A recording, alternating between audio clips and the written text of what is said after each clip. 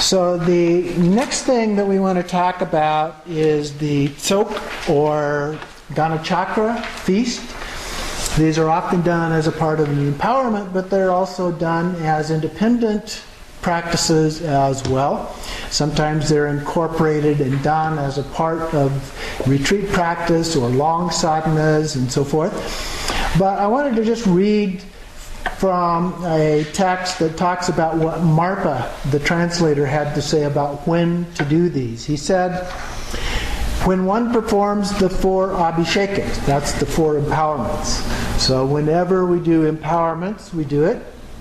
When one performs a consecration, we'd be consecrating a temple or a house. I actually had Kenshin Lama do a consecration for my house when I moved in.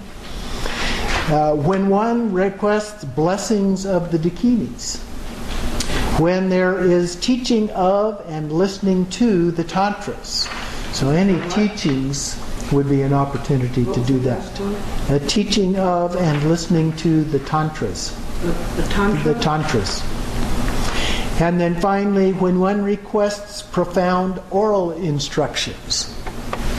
So according to Marpa, those are the times that you would do this. But they can be done at most any time. It's frequently done as a part of a gathering, a celebration of some kind or other. And so this is a nice practice, a nice addition that can be done as a part of these.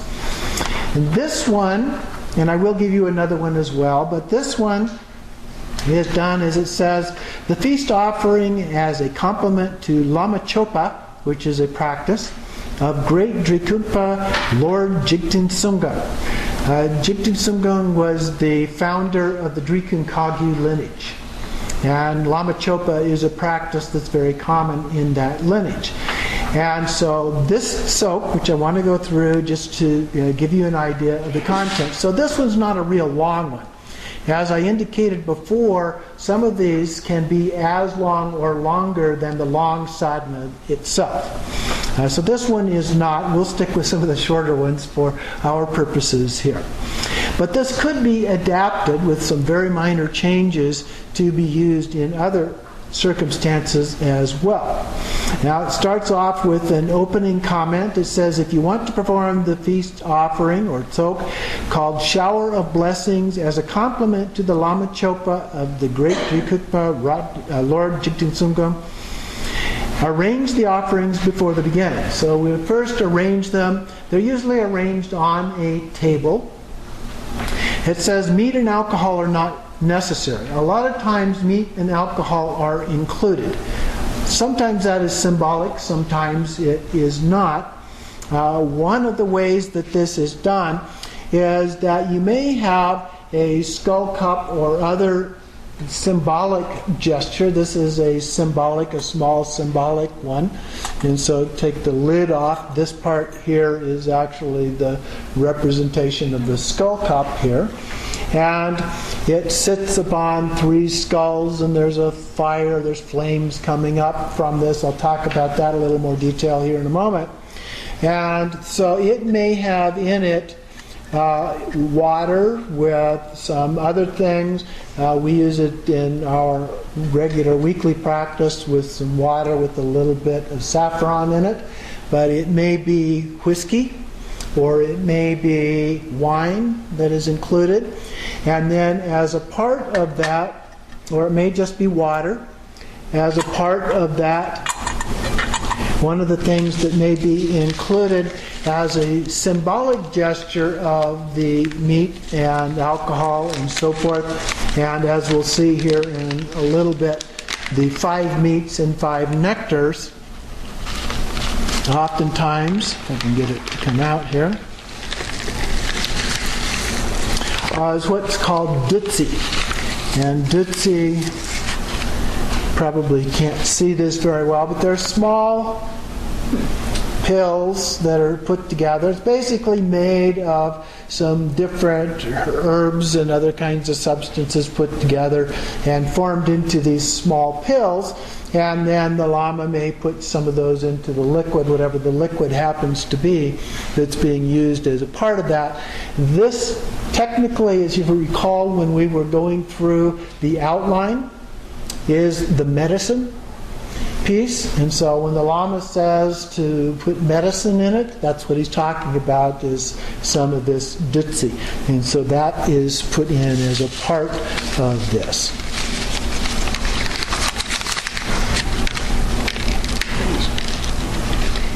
D-U-T-S-I.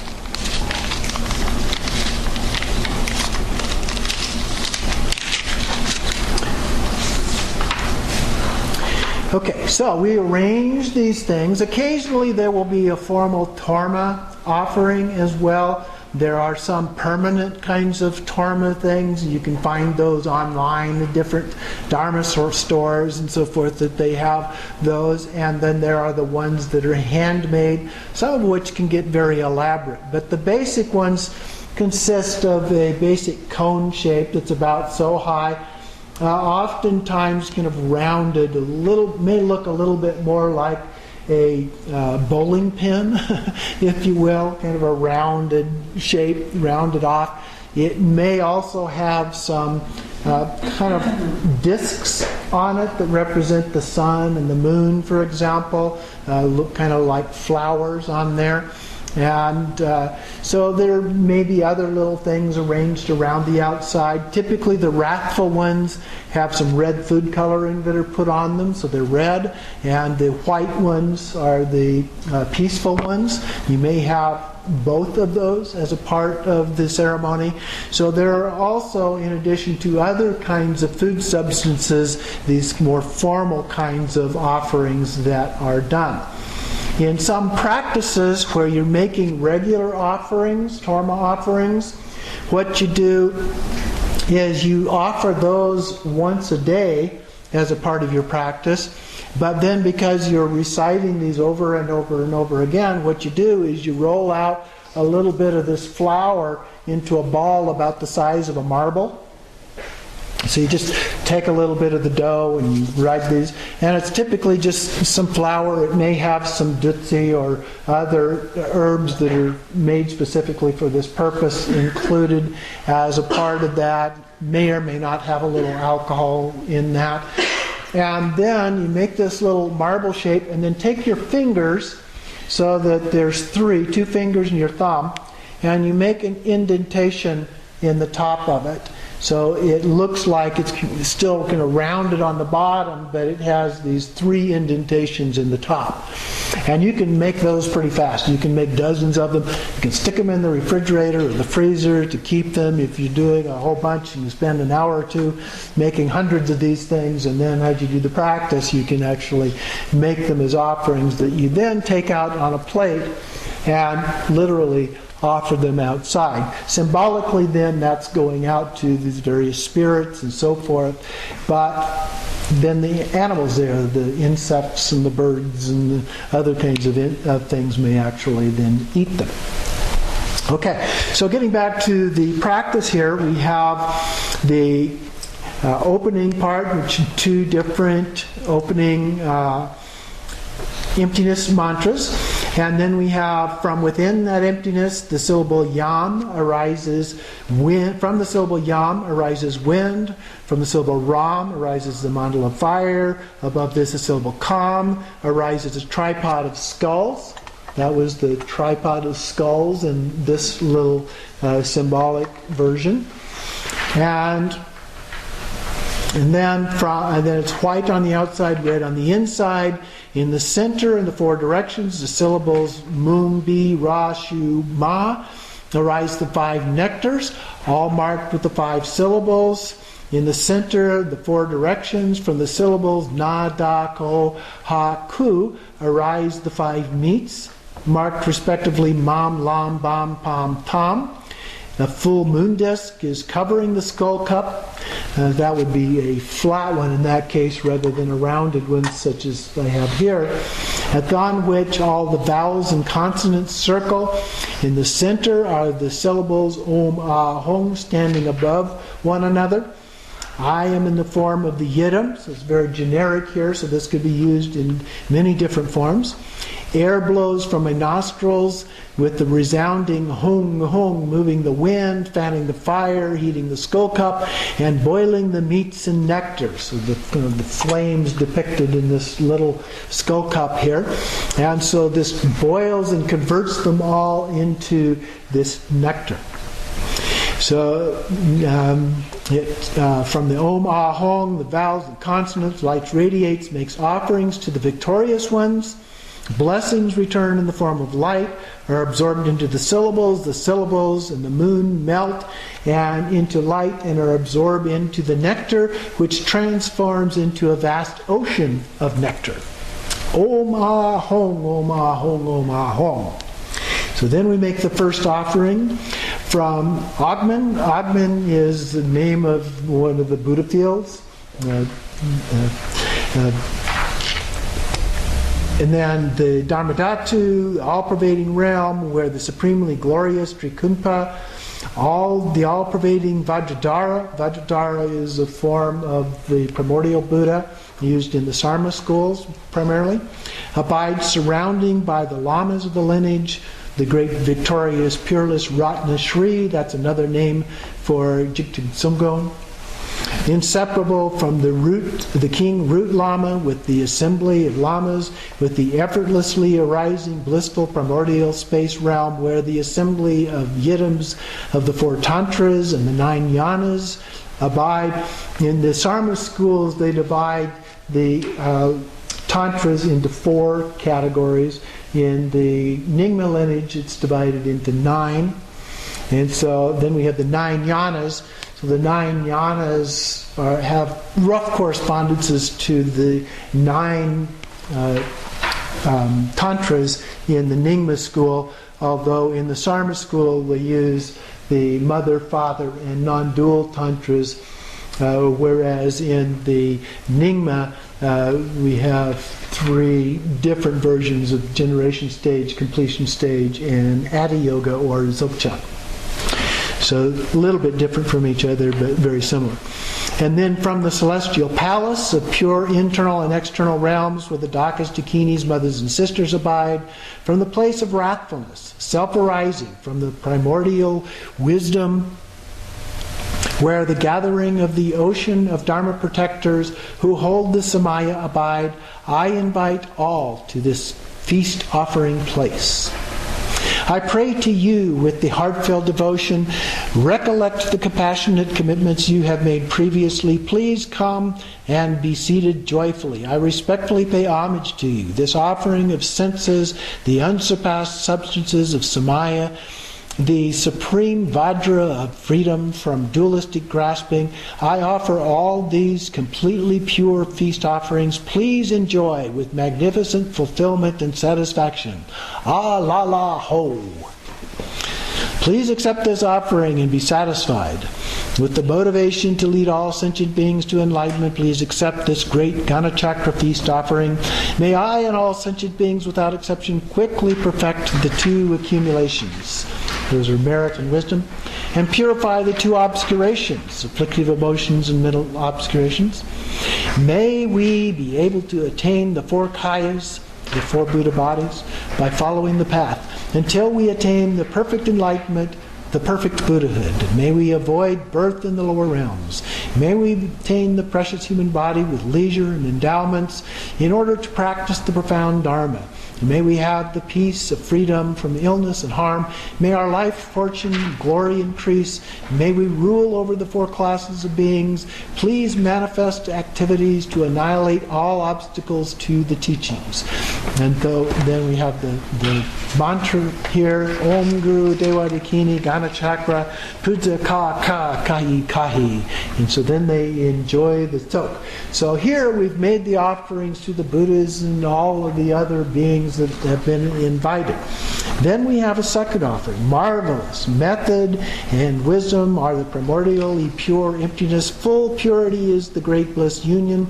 The full fruit of the arising and completion process is Vajradhara. My mind is completely pure. Ah, la, la. Marvelous, non-ceasing like the moon in water.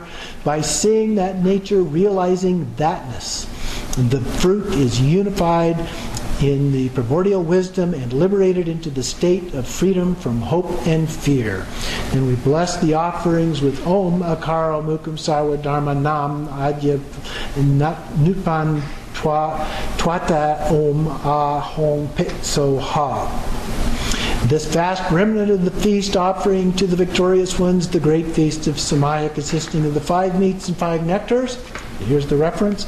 I offer to the Dakas, Dakinis, and protectors who manifest in worldly form to help practitioners. By fully accepting and being satisfied and following the instructions of the Buddhas, please protect these yogins who follow the Samayas.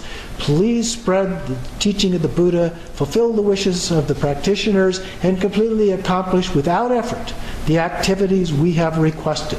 And so now you actually distribute the Tsok items around to the practitioners who are present there. And then as a part of that, we eat that. We always leave a remainder.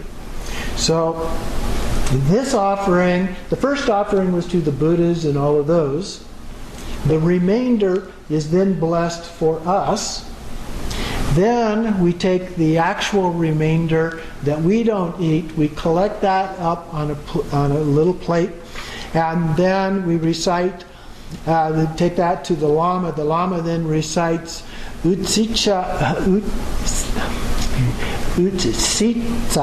this is hard to pronounce here, Utsita Balinta Kai, and then with that blessing we take it out, holding it in our hand, we take that out and we leave the blessing outside, or the offering outside, as a remainder in a clean place for the other spirits and beings. And so then it has a concluding verse here. This feast offering to Lord Jigten Sumgon was composed with the great Drikungpa Dharmanani, one of the previous reincarnations of His Holiness Drikung Kabgyum Rinpoche, who lived in the 1800s at the request of the monk Acho Gurgang Tsering Tonton. So this is an example, the primary reason that I'm giving it to you, as a Tsok offering that can be used. It does have a couple of specific names in there, so you might need to modify that slightly. It could be used. But I want to give you another one. This one is a shorter one. This is one that I often use as a part of doing different kinds of practices where one is not included. It's a great little one that was written by His Holiness Dujam Rinpoche, who was the head of the Nyingma lineage for a number of years. And so it's also a very nice one to use. This one, as you'll see, uses very Dzogchen kind of language in describing the various pieces of this. So we began with Ram Yam Kam Om Ah Hong, and then in the skull cup of the basic sphere of reality. So now we're looking, it includes the skull cup, but as Dharmadhatu, the sphere of reality. So we've transformed this from being a physical kind of representation, or even a visualized one, into the great vastness of the great vastness. Okay? So the skull cup of the basic sphere of reality, intrinsic awareness, is arranged as a Torma feast offering. The rainbow lights, rays, and points of the 6 lights of awareness are radiant, desirable qualities. And these 6 lights, I think, refer to something in the Togao tradition of 6 lamps. Such wondrous, inconceivable samaya. To the deities of the 3 roots being the Guru, Yidam, and Dakini, self-originated intrinsic awareness, in the continuum of evenness of non-duality, I make offerings. In the great sphere of Dharmakaya, the limitations of discursive thought I confess. Discursive thought is ordinary thoughts. So those limited things that create obscurations, problems for us, and so forth. In the non-arising basic space of phenomena, the forces of dualism are liberated. It's transcendent, beyond those. The enlightened activity of awakening delusory appearances directly in the ground of being is accomplished. Having perfected the pristine awareness of the naturally manifest four visions are also part of the Togao practice, may we awaken in the wisdom form of the primordially pure, youthful base body. Okay? And then you would participate, eat the offerings, and then any remainder would be taken out. So very, very short one, very pithy. Talk about pith instructions. This is a very pithy form of a Tsok feast, if you will. And then the concluding verse here explaining how and when it was written and so forth. Okay? So this is a very nice one because it is very short. It's an easy one to add to a practice that you do. If you're doing a retreat or some other special occasion, that's a very nice time to do it. Also, other special days. For example, on the Dakini Day, often it says to have a Dakini, to do Dakini practice and an offering or a Tsok offering. Or a Guru Rinpoche Day, it often says to good day for practice and Tsok offering. So any of those days, that's a nice time to do this as a short practice, because as lay practitioners, when we don't have a lot of time, a short practice like this can be a very powerful addition to what it is that we are doing as practices. So that concludes the Tsok offering information.